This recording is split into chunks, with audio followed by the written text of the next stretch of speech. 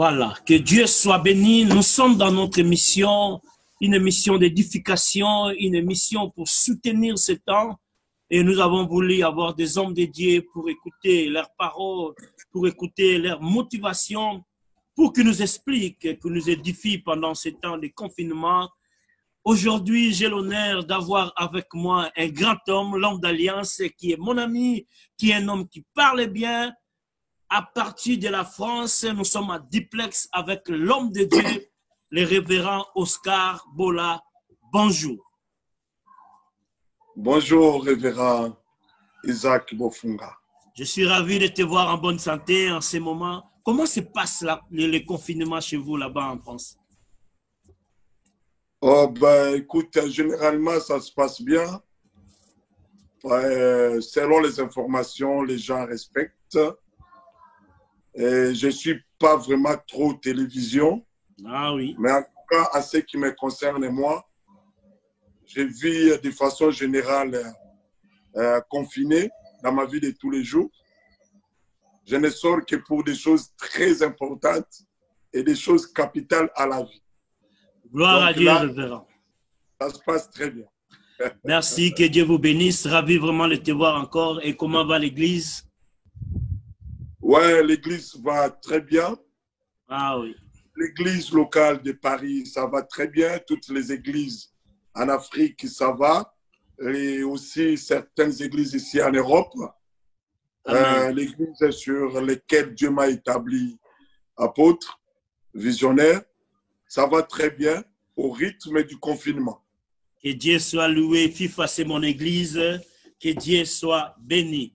D'emblée, révérend, nous entendons directement un mot pour tous ces gens confinés, qui souffrent, qui sont angoissés, qui ne croient plus à rien, qui sont en train d'avoir un général. Il y a une crainte totale. Et que direz-vous d'emblée pendant quelques minutes qui peut fortifier une personne, qui peut donner l'envie à une personne de croire encore que son Dieu est vivant et réel? Ah, merci mon révérend. Si je dois dire un mot à tous ceux qui nous suivent ou à tous ceux qui nous suivront, je vais simplement dire la vie a un commencement et a une fin. Et c'est Dieu qui en décide. Amen. On peut rester tranquille. Si Dieu avait décidé que c'est ton jour aujourd'hui, ça viendra aujourd'hui. On n'a pas à se casser la tête, on n'a qu'à se confier à Dieu et à respecter le consigne. Voilà. La vie ne s'arrête pas sur la terre. Voilà, que Dieu soit béni. Quel bon message. Confiez-vous à Dieu. C'est Dieu qui a les derniers mots. Ça, c'est un message qui m'a fortifié et je crois réellement celui qui va nous suivre, celui qui nous suit en cet instant pendant ces duplex, il est béni d'écouter des paroles qui viennent chez l'homme de Dieu. Révérend, nous commençons avec nos questions. Est-ce que vous croyez réellement que ce temps est situé spirituellement dans la Bible? Mon révérend, merci pour cette question très capitale. Vous savez que la Bible, c'est le livre de Dieu. La Bible. C'est dans la Bible que nous connaissons toutes choses. La Bible, c'est aussi le calendrier du monde. La Bible dit, dans Hébreux 11, verset 3, c'est par la foi que nous connaissons que le monde a été créé par la parole. Donc, rien ne peut arriver dans ce monde sans que la Bible puisse l'avoir dans son agenda. Le temps qu'on est en train de traverser là, c'est aussi biblique. C'est un temps qu'on peut expliquer, même sur le plan spirituel, même dans le plan biblique, c'est un temps qui est dans la Bible. Amen. Et en un mot, on est spirituellement, ces choses pouvaient venir, ou bien c'est Lazare, ou bien c'est des pandémies, c'est des épidémies qui arrivent normalement dans le monde. Mon révérend, la Bible dit, qui dira une chose arrive, si l'Éternel l'est ordonné. Ça, c'est dans Lamentation 3, 37. 37. Ah. Mais si vous descendez en bas à 38, c'est encore beaucoup plus pire. Là où la Bible dit, les bons et les mauvais viennent de Dieu. De Dieu. Tu comprends? La Bible dit, n'est-ce pas de la volonté de très haut que viennent les mauvais et les biens. Donc, si nous voulons nous poser les pieds sur la terre, nous pouvons dire que tout ce qui arrive dans ce monde, c'est Dieu qui en est l'auteur. C'est Dieu qui l'ordonne que cela arrive. Si Dieu n'ordonne rien, rien ne viendra. C'est dans sa volonté qu'on est bénéficiaire du bien et bénéficiaire du mal. On ne peut pas enlever Dieu dans ces choses. Après, il faut poser la question, pourquoi Dieu a permis cela? Là, c'est une autre question. C'est la question que tu ne m'as pas posée. Je ne vais pas me permettre de répondre à cette question-là. Ça viendra. Mais sauf que... Oui, mon révérend. Ça viendra. Ça viendra. La Donc, question sauf viendra. que dans l'agenda, sur le plan spirituel, dans la Bible, cela est biblique et Dieu l'a permis. Dieu ne peut pas être surpris par quoi que ce soit. Pour lui, rien n'est hasard. Cette pandémie, cette épidémie, ce fléau, nous pouvons l'appeler avec tous les mots. Mais laisse-moi te confirmer, Dieu le sait et Dieu, dans les derniers carrés, Dieu en est l'auteur. Comme dit la Bible, les bons et les mauvais viennent de lui. Regardez ce grand homme de Dieu, un homme de bien, au nom de Job. Job a eu un malheur grave. Tout le monde vient dire à Job, insulte Dieu, maudit Dieu. Toi, tu es un homme de bon. Quelque chose de comme ça ne peut pas venir de toi. Mais il faut retourner au début de l'histoire. Qui était au début de l'histoire? Dans le plan spirituel, Job n'était pas là. Le diable et Dieu, ils se sont croisés dans un coin donné, ils se sont parlé, Dieu a vanté son serviteur. Et voilà, Satan va demander à Dieu, permets-moi d'aller mettre la main sur lui. Et le fléau a commencé dans sa vie. Qui en est l'auteur? N'accusons pas Dieu. Ce n'est pas, n'accusons pas, pardon, à le diable rapidement. Ce n'est pas le diable. C'est Dieu qui avait ordonné à Satan de toucher à Job. Au jour d'aujourd'hui, on peut accuser Job de tous les maux. Et aussi, on accuse le diable à tous les maux. Mais c'est Dieu de la Bible, le Dieu de l'Alliance, qui a permis cela. Voyez, étant des enfants de Dieu, étant des fils et des filles révélés, éclairés par la lumière de la parole, nous devons comprendre que celui qui a permis que ces choses arrivent n'est autre que le Dieu de la Bible. Amen. Voilà, nous rendons gloire à Dieu parce que c'est lui qui a les derniers mots. Il est le maître des temps et il est maître des circonstances. Que Dieu soit béni. Voilà, nous sommes en duplex avec l'homme de Dieu qui est directement en France et Dieu a fait grâce que nous puissions l'attendre, l'écouter et avoir un peu tout ce que Dieu lui a inspiré par rapport à ces moments de confinement. Que Dieu bénisse son serviteur pour ce temps. Amen. Révérend, nous continuons avec nos questions. Que pensez-vous à ce temps de confinement? C'est un avantage pour nous ou c'est un autre désavantage qui nous arrive par rapport à l'Église et par rapport à la famille, dans ces deux points? Je vais répondre à cette question de façon générale. Après, je rentrerai en détail de façon particulière et de façon individuelle. De façon générale, l'homme de Dieu, le monde, la terre a commencé par le confinement. Ça peut étonner quelqu'un.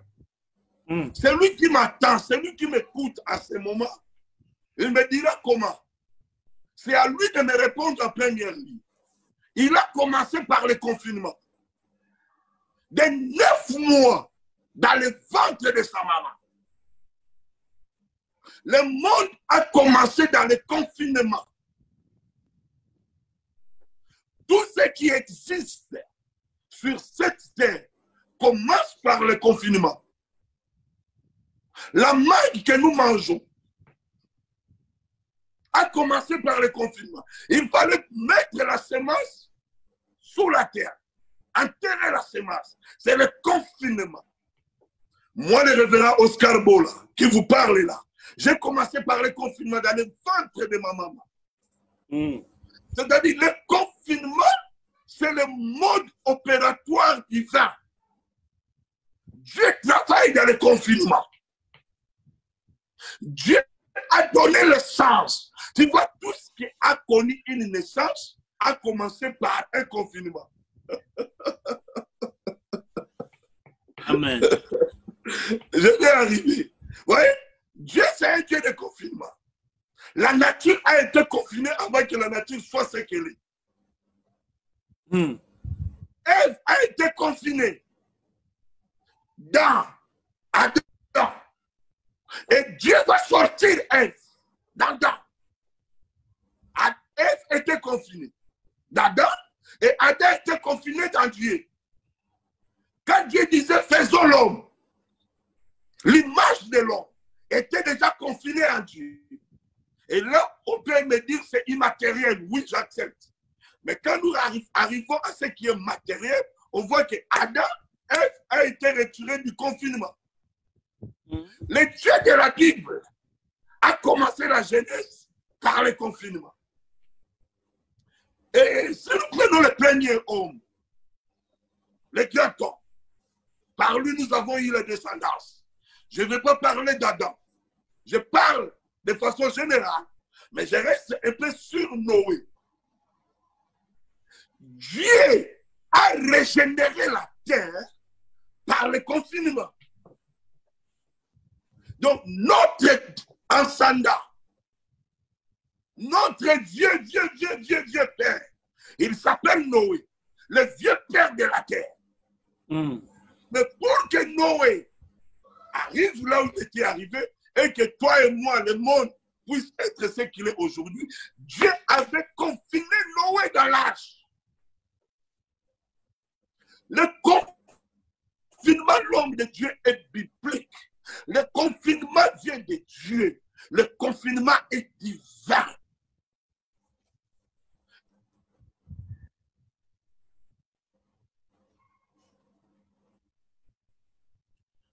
Voilà, nous sommes... Le côté particulier.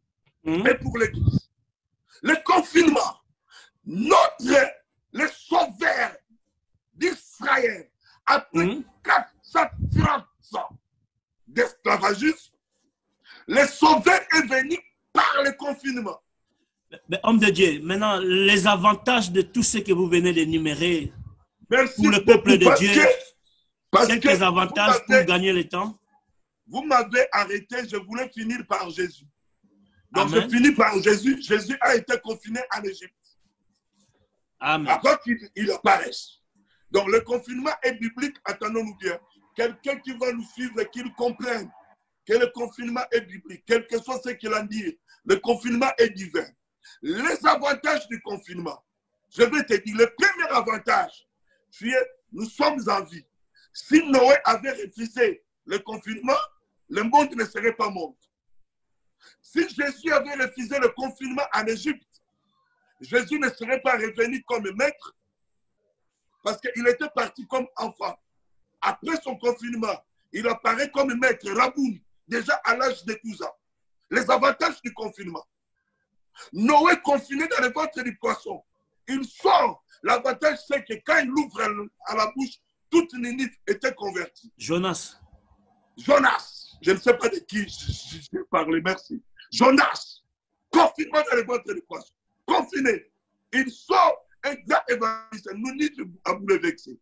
C'est temps de confinement a des avantages. avantages énormes. Amen. Si tu veux comprendre les avantages, regarde ce que Jonas avait fait dans le ventre du poisson. Jonas a prié. Jonas s'est repenti. Jonas a accepté l'appel et la mission. Pendant ce temps de confinement, ça nous donne l'avantage de réfléchir, de revoir notre vie, nos comportements, nos relations. Et ça nous a permis de comprendre que sur cette terre, nous sommes vulnérables. Et ça nous permet de faire ce qu'on appelle en français l'introspection. Nous revenir à nous-mêmes, préparer nos vies, redresser nos tirs, soigner ce qu'il fallait soigner. On profite des enfants comme on n'a jamais profité. Je prends l'exemple de moi-même, comme on n'a jamais profité. Non, a de l'avantage. Pourquoi? Parce qu'il y a la mort dans la rue. Il y a la contagion dans la rue. Dieu a dit dans la Bible, Isaïe, rentre dans ta chambre, ferme la porte après toi, jusqu'à ce que la colère passera. La colère est dans la rue. La colère est extérieure.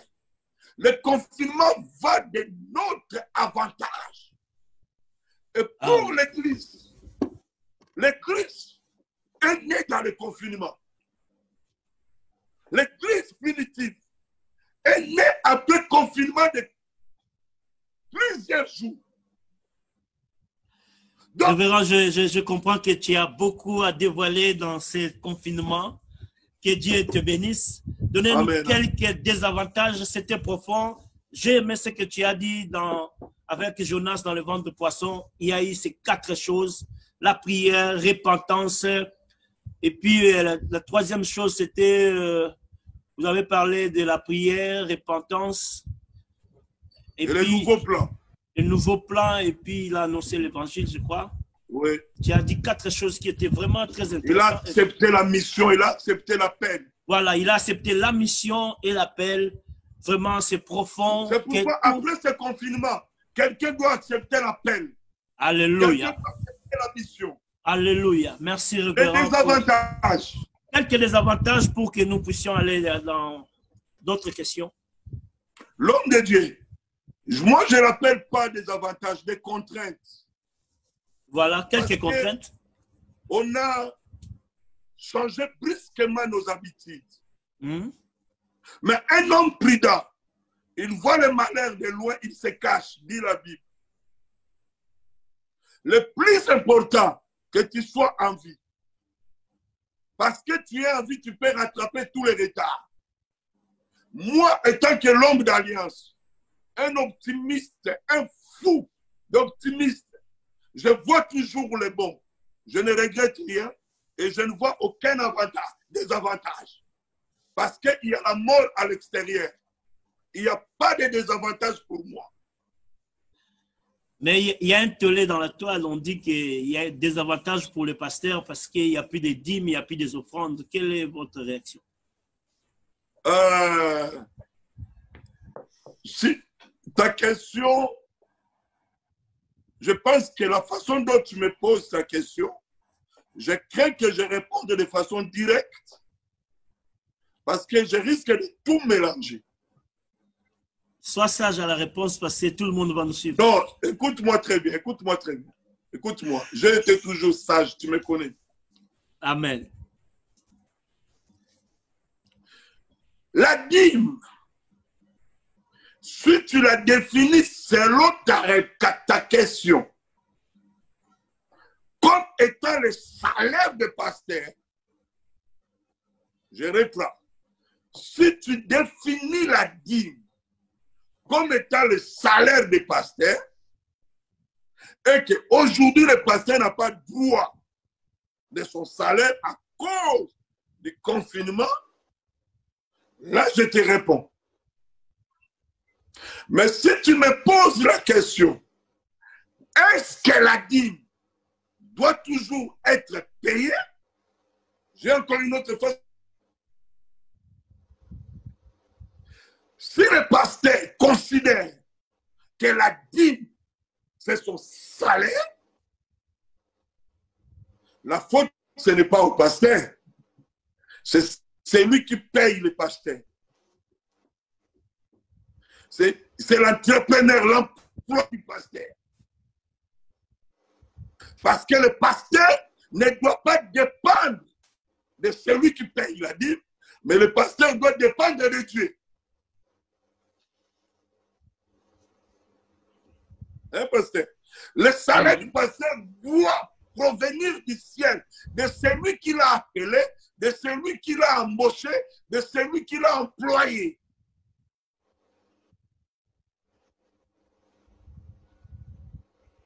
Alors, moi, fidèle, qui suis fidèle, si je sais que celui-là, c'est mon pasteur, celle-là, c'est ma prophétesse, qu'est-ce qui m'empêcherait de donner encore ma dîme? Et les gens disent qu'ils sont à la maison, vous tous, vous êtes à la maison, ils auront ça où pour vous donner? L'homme de Dieu, posons maintenant les bases. Posons le fondement. OK? Parce que répondre comme ça au risque de sortir un peu du contexte.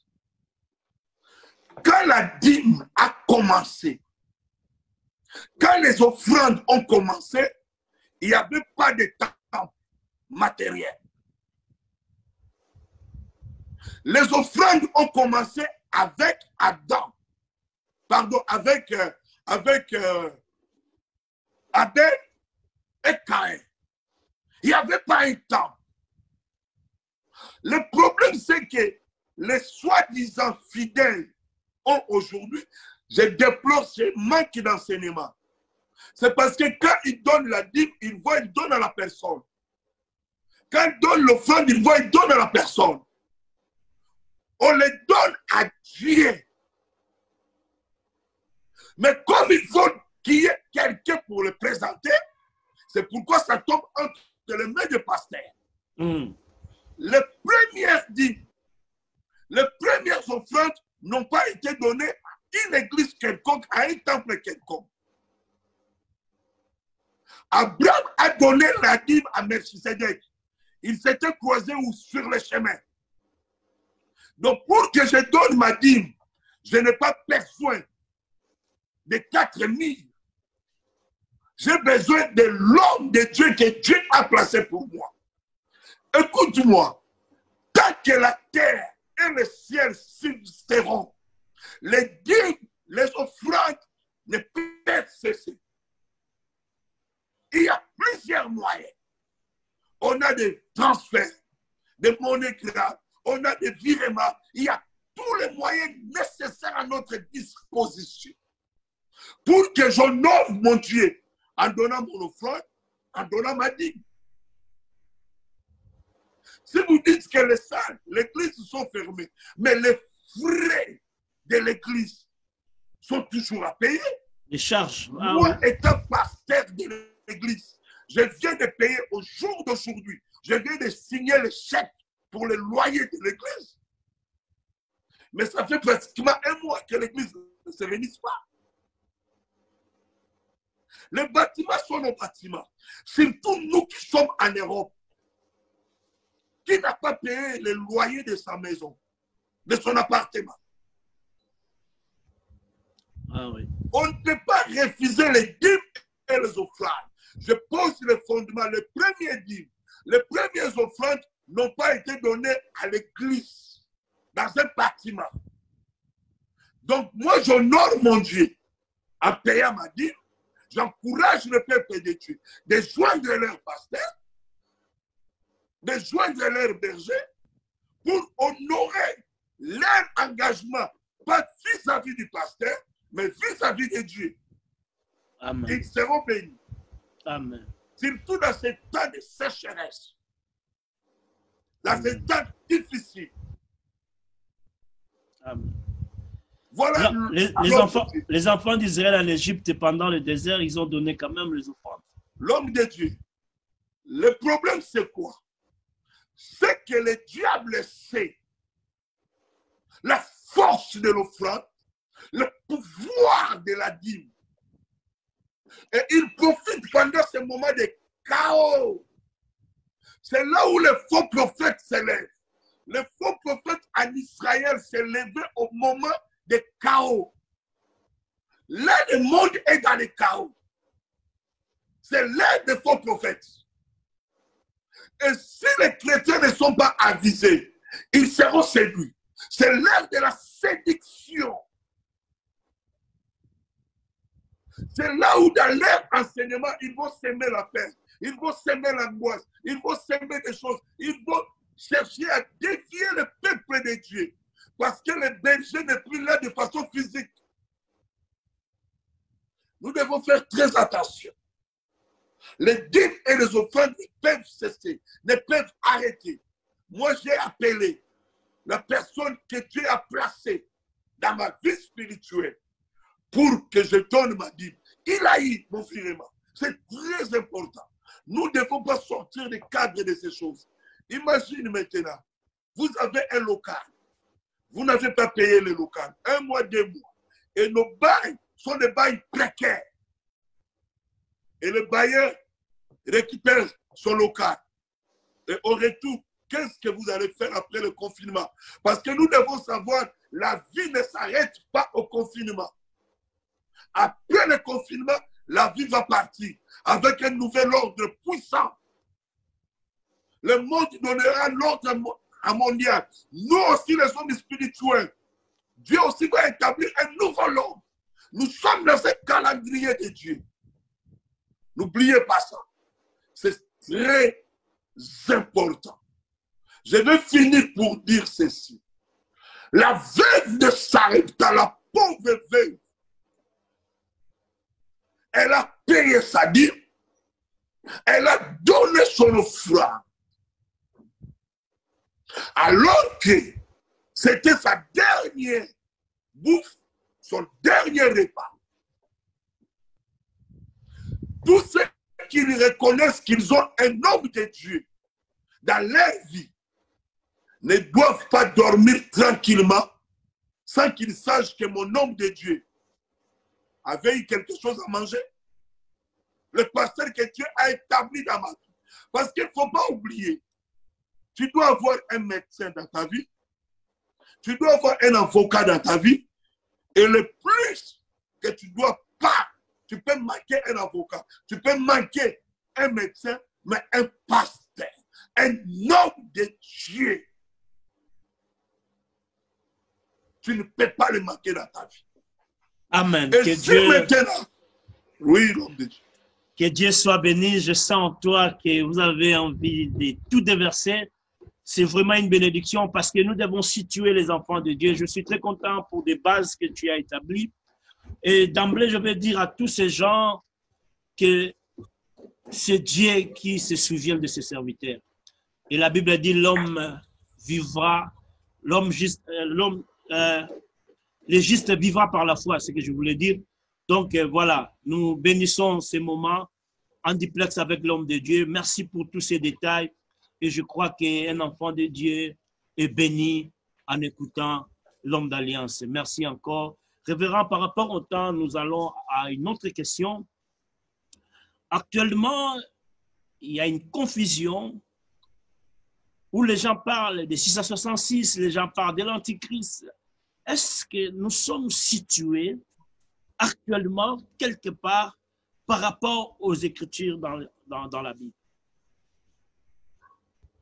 L'homme de Dieu, par rapport à cette situation, je dois te répondre n'est pas comme un eschatologue, mais je vais te répondre comme un amoureux de la Bible, amoureux de la parole de Dieu et amoureux de la révélation, des révélations.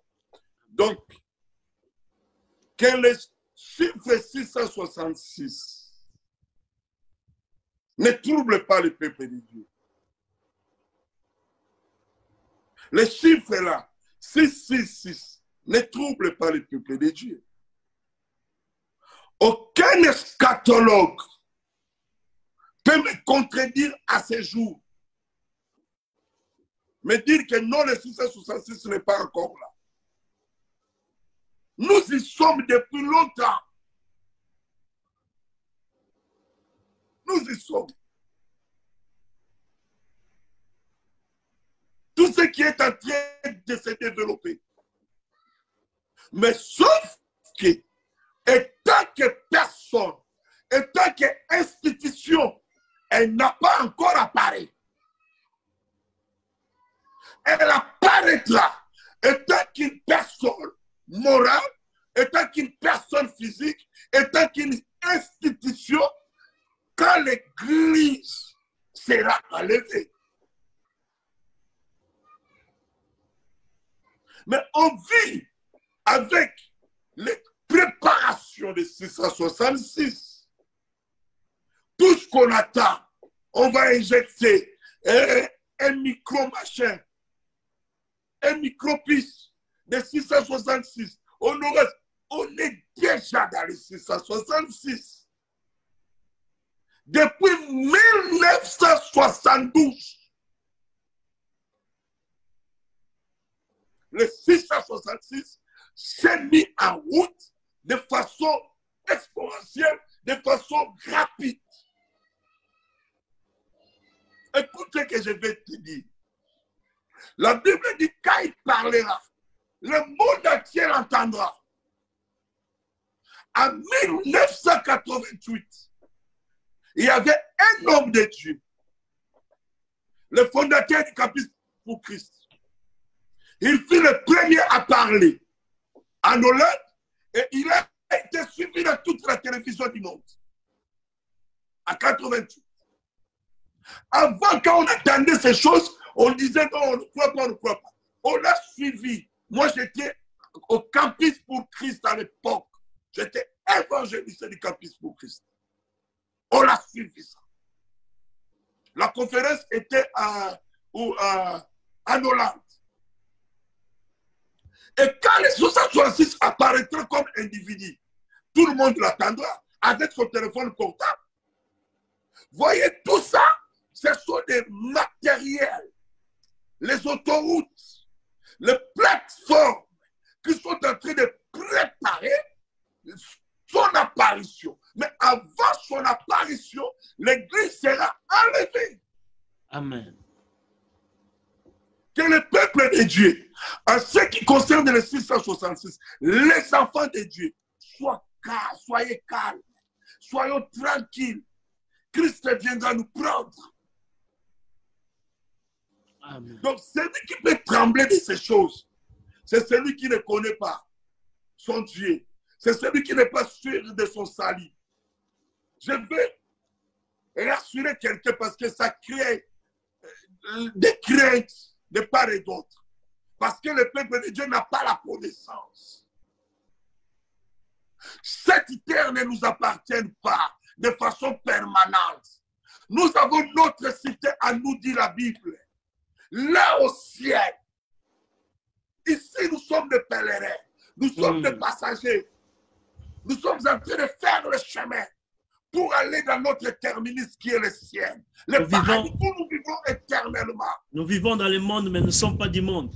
Nous ne sommes pas du monde, mon révérend. Nous avons hâte de finir la mission et d'aller dans notre monde.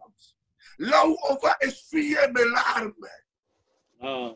Merci, révérend, pour toutes ces précisions. C'était vraiment important. Je suis très ravi d'écouter tout ce qui est en train de se dire. Et je crois que quelqu'un est béni dans ces duplex. Que Dieu soit béni. C'est ça l'objectif. Nous voulons motiver quelqu'un. Nous voulons annoncer, donner l'espoir à une personne qui est troublée, qui a des angoisses, qui ne croit plus à rien, qui a la peur bleue. Donc, nous voulons que les choses soient réelles par rapport à la parole, afin que les gens comprennent que Dieu restera Dieu au milieu de nous. Merci, révérend. Mais il y a un problème encore qui se dit au niveau des prophètes, révérends. Les gens disent comment aucun prophète, grand, petit, qui soit dans sa dimension, comment il est, mais il est prophète pour moi, personne n'a pu annoncer, personne n'a pu avertir ces temps ou ces moments de pandémie. Quelle est votre réaction? Est-ce qu'ils doivent continuer à rejeter les prophètes ou ils doivent continuer à croire aux prophètes? Quelle est votre réaction? Merci beaucoup, l'homme de Dieu. L'homme de Dieu, ça c'est le mensonge. Les hommes de Dieu ont prophétisé. Les hommes de Dieu ont parlé. Dieu cependant parle tantôt d'une manière, tantôt d'une autre. Mais on n'y prend pas garde, nous dit Lamentation. Les hommes de Dieu en ont parlé. Allez dans les réseaux sociaux. Écoutez ce que les hommes de Dieu ont dit. Ce n'est pas ma tasse de café, ma tasse de thé, de faire de publicité. J'avais annoncé à l'église au mois de décembre, début décembre, non, au mois de novembre, que nous allons entrer dans un jeûne de 21 jours qui va préparer l'église pour cette nouvelle décennie. Et nous aurons des problèmes difficiles sur le plan mondial. Ça sera une année de sacrifice.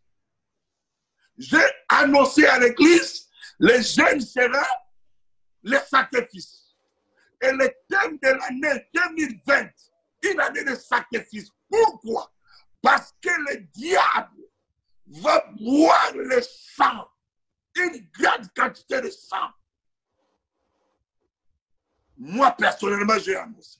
J'ai plusieurs hommes de Dieu qui en avaient parlé. Peut-être que j'ai une petite voix. Si j'avais une grande voix, tu vois, tu sais ce que je veux dire. Peut-être que cela allait passer à la télé. L'homme de Dieu, nous devons comprendre une chose. Le monde nous prive de médias. Le monde prive nous, les hommes de Dieu, le prophète, que Dieu a établi les médias. C'est pourquoi nos voix ne se font pas entendre dans le monde. Les hommes de Dieu avaient annoncé que 2020, ça sera le tremblement, le bouleversement. J'avais dit à l'église, ce que vous avez vu en 2001, quand le World Trade Center s'était abattu, ça donnait un nouveau ordre. J'avais expliqué ça à mon ami, le révérend Nicolas Mayouba. J'avais dit, le World Trade Center avait donné un nouveau ordre mondial dans la sécurité. Et ce qui va arriver là, ça sera plus pire. Les sangs vont couler partout dans le monde. Je l'avais dit expressement. J'ai entendu encore beaucoup de hommes de Dieu. Je l'ai dit sur les réseaux. Donc, rejeter le prophète, c'est rejeter Dieu. Amen. Douter de ce que nous disons. On nous prend pour rien. Continuez à nous prendre pour rien. Vous allez voir ce que le monde serait quand nous serons enlevés, quand nous partirons. Ça, c'est rien. Gloire à Dieu. Voilà, nous gardons confiance aux serviteurs de Dieu, les hommes que Dieu a choisis, les hommes que Dieu a appelés. Nous croyons aux prophètes et nous croyons à leur ministère. Que Dieu bénisse tous les hommes de Dieu, prophètes. Que la grâce de Dieu vous accompagne. Voilà, l'homme de Dieu, nous chutons. Merci vraiment pour ces 30 minutes. Nous avons même débordé. Nous voulons aller à notre deux dernières questions. Aujourd'hui, révérend, par rapport à tout ce qui se passe, est-ce qu'il y a un message dans cette maladie?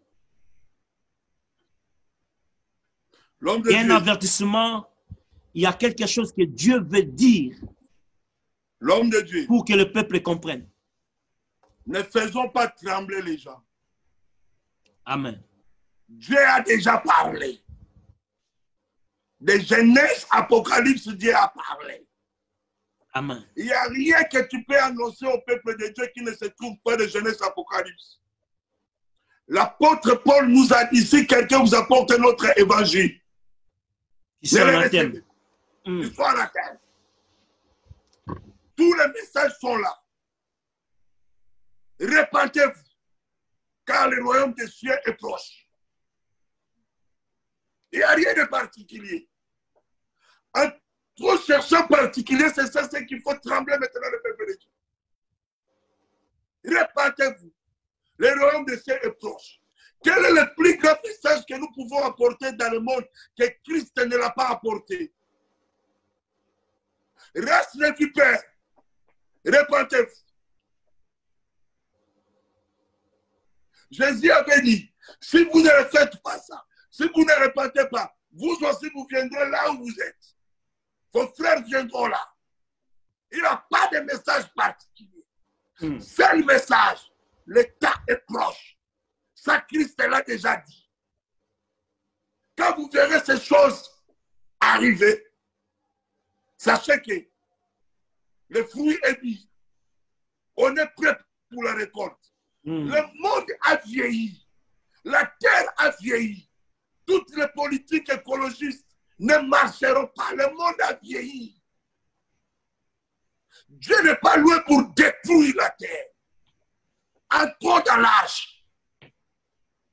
Les hommes de Dieu sont en train de construire l'arche. Vous ne le montrez pas à la télé. Vous nous insultez. Vous nous privez de salles. Nous voulons acheter, vous ne voulez pas. Le monde a vieilli. Le seul message, répentez-vous, croyez au Seigneur Jésus-Christ et vous serez sauvés. Amen. Jésus est le chemin qui nous amène dans le paradis, là où nous passerons notre éternité. C'est ça le message. Arrêtez de faire trembler le peuple de Dieu. Celui qui a reçu Jésus-Christ, que la mort vienne aujourd'hui, demain ou dans 80 ans, il n'y a pas de problème. Que Dieu soit béni. Que Dieu soit béni. Un message fort et clair. Nous bénissons Dieu pour cela. Je suis très ravi de t'avoir en duplex ce soir. C'est en direct. Merci l'homme de Dieu. Je crois que quelqu'un est béni. Amen. Partagez, redivisez ces messages. C'était clair et net. Et je crois que ce moment de confinement est une bénédiction pour chacun de nous. Amen. Que Dieu bénisse son serviteur. Je suis ravi de t'avoir. Et que Dieu te bénisse, toute la famille, tous les enfants. Et surtout, ton épouse. Je lui fais beaucoup de mes compliments. Que Dieu vous bénisse. À la prochaine. Je crois que ce ne sera pas pour la dernière fois. Nous aurons d'autres occasions où nous allons prier, prêcher. Ça sera vraiment une bonne chose. J'aime bien t'écouter. Que Dieu te bénisse. Shalom, shalom. Merci. Sois béni, papa. Merci.